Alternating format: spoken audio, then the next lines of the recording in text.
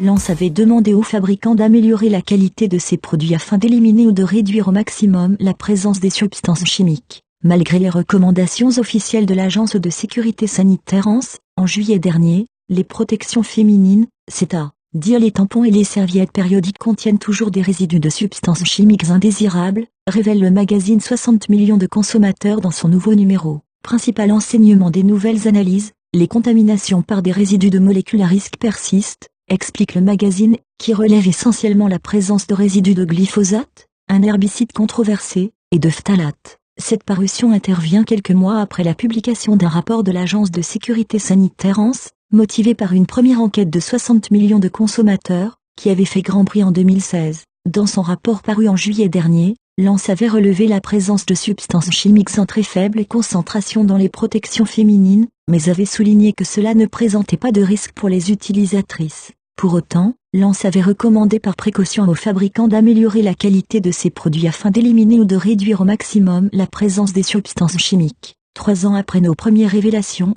60 millions de consommateurs a souhaité vérifier dans quelle mesure les recommandations de Lance étaient suivies par les fabricants, indique le magazine. Selon lui, la présence récurrente du glyphosate ou d'un de ses dérivés dans des produits de grandes marques interpelle de nouveau. Cela concerne également des marques labellisées bio. Autre résultat remarquable, la présence de phtalate que nous n'avions pas détectée auparavant, poursuit l'enquête en citant une substance appelée DEHP. Suspectée par l'ECHA, l'agence européenne officielle en charge des substances chimiques, de pouvoir altérer la fertilité, le DEHP fait partie des phtalates les plus préoccupants. Selon le magazine 60 millions de consommateurs déplorent qu'encore trop de marques restent floues sur les ingrédients utilisés dans leur protection périodique, en l'absence de réglementation contraignante. Les marques mises en cause ne sont pas forcément les mêmes mais le constat demeure. Les jeunes filles et les femmes qui portent des protections périodiques à usage unique peuvent être au contact de résidus pour le moins indésirables de manière chronique, conclut le magazine. Le 8 février, après une mise en cause similaire qui avait provoqué une alerte de Lance et une injonction du gouvernement, les fabricants de couches pour bébés se sont engagés à indiquer les composants sur leurs emballages.